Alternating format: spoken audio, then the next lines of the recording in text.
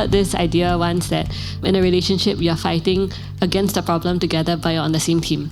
Right? So you're not fighting against each other, but as long as the headspace is that we're on the same team, we're fighting to resolve this problem. We're fighting against a problem so that we can find that solution together.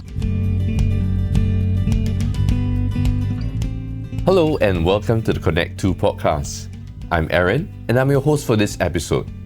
In each episode of the Connect 2 podcast, we'll be tackling questions that couples ask about marriage, communication, conflict, and so much more. Today, we are chatting about how to have tough conversations before getting married.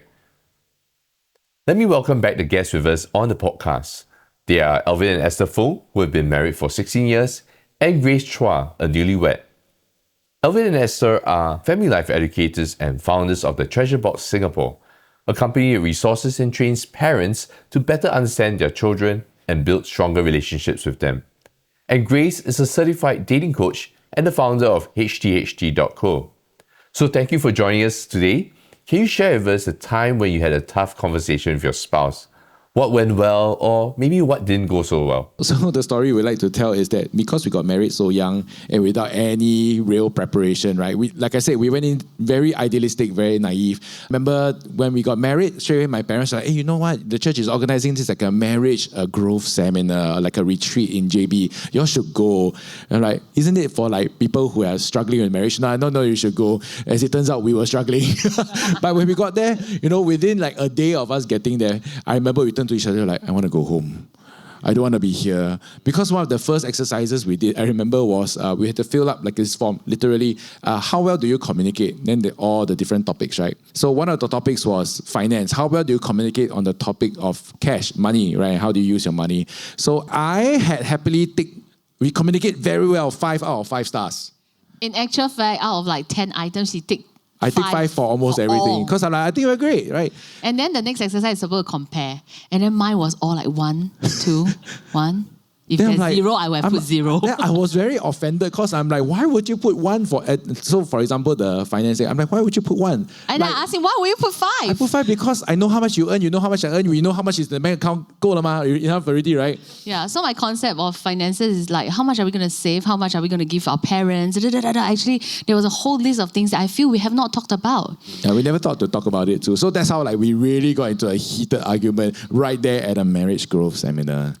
But regarding difficult conversations, I think if I can give one tip to all of you, would just be to give each other space to process and air each other's emotions.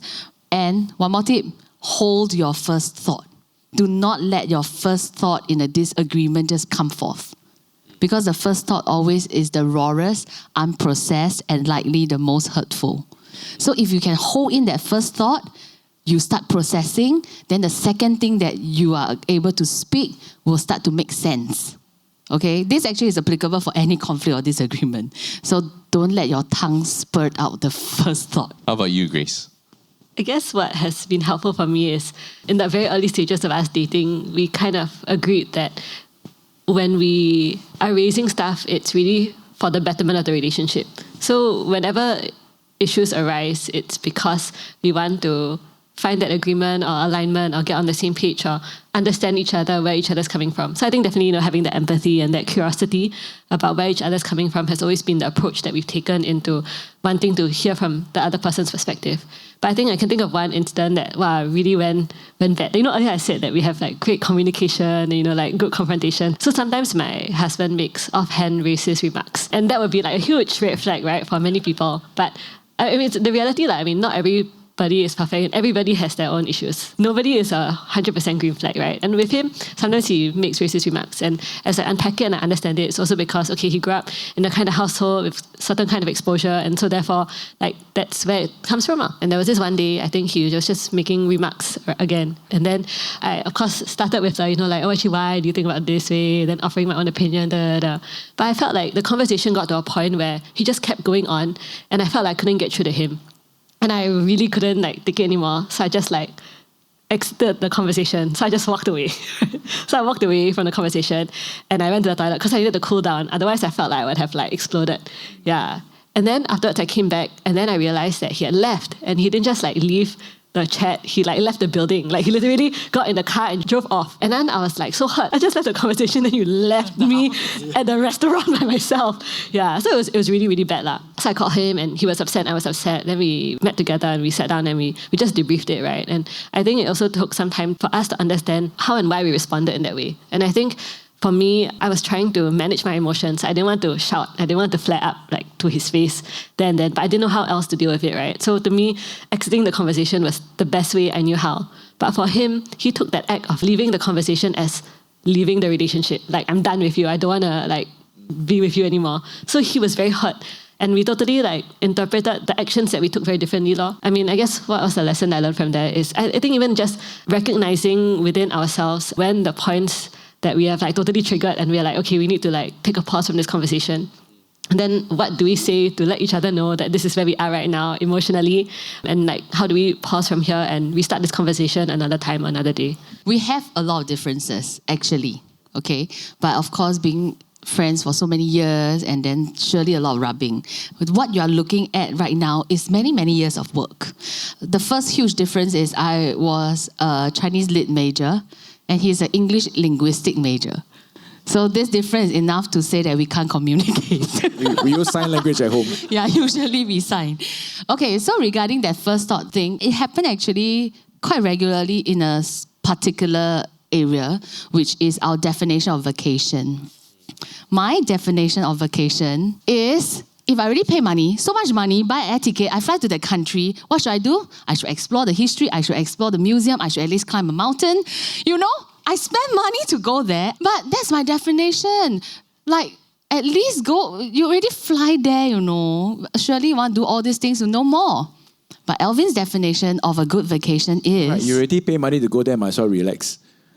Right, might as well go there, just stay in the hotel room, chill, order in room service, just relax, stay in your bathrobe all day, soak in the bathtub, once in a while go down to the spa, go down, eat the nice breakfast, come back, take a nap, read a book. A lifetime of love and romance requires intentional effort and attention. Yet in times of busyness and with overwhelming priorities to tend to, our marriages can often take a back seat. No matter the state of your relationship today, we want to help you and your spouse thrive. Check out Connect 2, featuring specially created experiences and resources, our favorite selection of articles, top hits on our podcast, date ideas, conversation starters, and more to address the issues that are keeping you and your spouse apart, and to help you rekindle the joy of pursuing one another. Visit www.family.org.sg/connect2 today.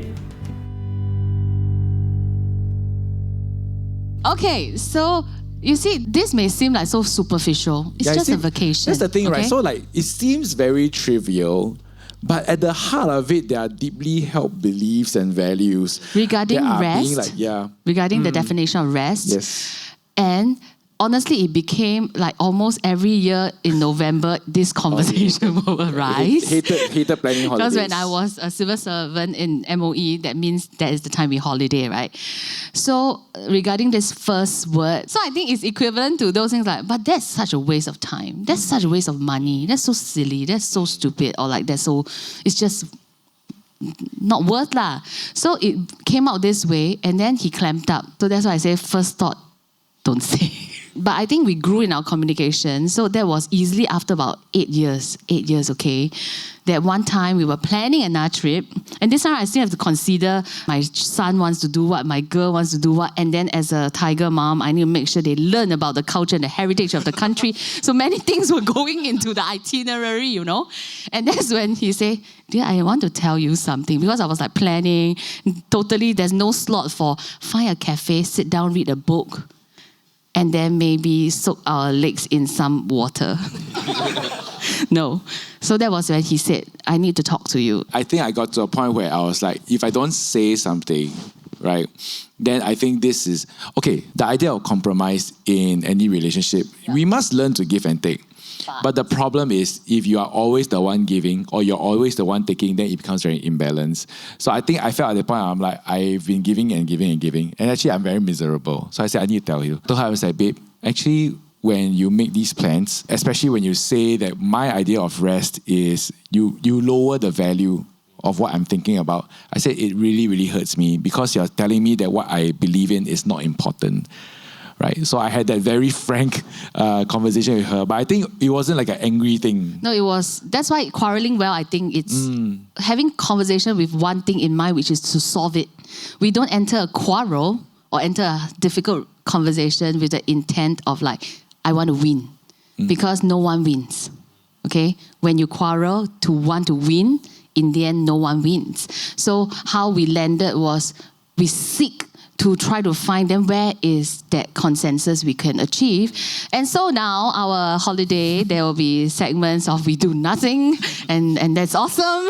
And then there are things that we will explore and have fun, and that is also awesome. That's great. good. Fantastic. I love it. And then Yeah. now I have to consider my teenagers, right? So I also will let them have one day that they can plan a day. Through that, we learn, we also consider our children. Yes. Yeah. That was So the there are best. many ways to solve problems and have good conversations. I think to add on also the importance of fighting. Like, what does fighting mean, right?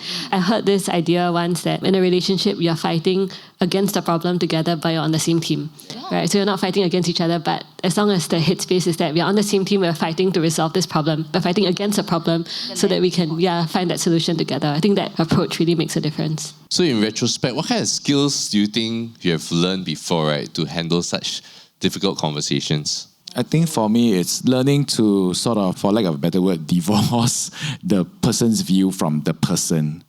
So just because they hold a certain view that differs from you doesn't mean that that defines who they are. After some time, right, we can fall into the trap of highlighting the differences that we have with our spouse, with our partners, right, to the point where we forgot why we like them in the first place. The thing is that if we choose to highlight this thing where like we have such different ideas of what holidays mean to the point that it tears the relationship apart, then I think maybe the relationship was not strong enough to be there in the first place. So I think learning to take the fact that you have a view, but that doesn't necessarily mean you are that sort of person. So learning to separate the two was important. I think two thoughts. One is definitely be creative. Right, when you can creatively think about alternative ways to address a problem, that really makes a difference. And the other one is that there's a very beautiful tension between being assertive and also letting your partner do their thing. Yeah, so I think even as you were sharing the story, right, there's a beautiful thing in being curious about your partner's choices and interests and hobbies. But then there's also a time when you feel like, okay, I have been curious enough about you and I have given you enough space to do you and be you. And now I want like some me time. I want us to like focus on me. I want to do some things for myself. And that's why it's a beautiful tension to find between being assertive to express your needs so that your needs are met, but also giving space for your partner so that their needs can also be met. For me, it's just really don't fight to win. Okay, really. Sometimes we just want to feel shook at the moment that I won the battle, I won this conversation, I won this quarrel. But you know how many other things were broken in the process? So must really have a similar common ground that you're trying to land. And in our case is let's resolve it so that both of us can grow, so that there can be peace and harmony in the family. And we resolve it, we move on. With really clear focus, it is for resolving, not to win. Sometimes these difficult questions can happen with our family members as well. For example, right, if a parent disapproves of your partner, what do we do? How can we address this conversation with our family members? I really struggled with this quite a bit. I think one is definitely talking to your parents to understand where they're coming from. But even sometimes even getting to the place where they are in their good headspace to have that conversation with you and you are open and humble enough to listen really requires both parties to be open for a meaningful conversation to take place, I think, between parent and child around expectations around the person they are dating. I think two things here. One is obviously if before you're even in the relationship, there's some understanding between parent and child about the kind of expectations that your parents are hoping for you to, like the kind of person that you are dating. So I think for me, my parents never tell me anything about like the kind of person they like me to date. But then when I'm in a relationship, then they get angry. Then when? So my struggle was always like, when I'm in a relationship, I don't want to introduce you to the person I'm dating so soon, because I'm like, I don't know how serious or not this person is. Then when I finally feel, okay, this person like, he's serious enough, committed to me, let me introduce to my parents. Then my parents are upset. They're like, oh, why you never like introduced me earlier? So I mean, coming back to your original question is right, then how? I think one is really understanding from your parents and where they're coming from, and then considering, okay, is their point of view valid? What wisdom maybe they're trying to say in what they're saying? And then it's also to invite your parents to keep an open mind. Right? I do think that it also is a personal choice at the end of the day. Like, how important is it to you that your partner gets along with your parents? Like, for me, it's super important. Like, my parents must get along with my partner, and that is so core that I will not marry this person unless I know that everybody has a good relationship with each other. So I guess that would be my approach, to ask my parents to keep an open mind. But at the end of the day, in the process of dating, to just keep that in the back of your mind now, like, if this doesn't get any better, what are you going to do about it? I think also like finding opportunities for the person you're dating and your parents to also interact in the setting, so that your parents can also observe what they're like. For example, bring them on a community services project. No, I mean, not so extreme, but just letting them see this person and letting the person that you're dating also see how you react and how you interact with your parents. I think that's also helpful for them to get a sense of like, okay, what does this family stand for? What are they all about? Okay, I'm also going to say that there's another aspect regarding parents' approval, which you have to assess whether is it really your partner's issue, or is simply your parents have issue of releasing you. Because our parents did raise us, and for those who your relationship is closer, or maybe because of the closeness has mutated into something that is more irrational. Because we did have a friend who had to call off the wedding because the mother, everything was okay, but when the marriage was in the talk, she went berserk and refused because she feels so strongly that she's going to lose a son to a woman. Okay, so we have to assess, is the problem my partner, or that my mom or my dad actually would require some form of support, which means maybe you have to spend individual private time just with your mom or your dad so that they didn't feel that they are being taken away. So there are actually steps. Instead of trying to keep speaking up for your spouse or your partner, perhaps the strategy forward is spend more time with the parent, because do not let them feel that they are losing someone. So I think there must be a balance, because I feel that if we keep speaking up for our partner, it may not help also if the situation is actually the parent who requires some emotional support. Thank you so much, Grace, Elvin, and Esther. Before we go, we usually end off with a couple challenge for couples to do and share with each other. So if you're listening to this with your spouse, reflect on a recent tough conversation that you had with your spouse. What approaches were effective and which ones were not? And perhaps you can spend the next 5 minutes to discuss this with your spouse as well. We hope today's topic has given you some practical handles on how to have difficult conversations in your relationship. Do subscribe to our Connect 2 podcast and share today's episode with a friend who may benefit from it. Thank you for tuning in, and until then, do take care of yourself and your spouse.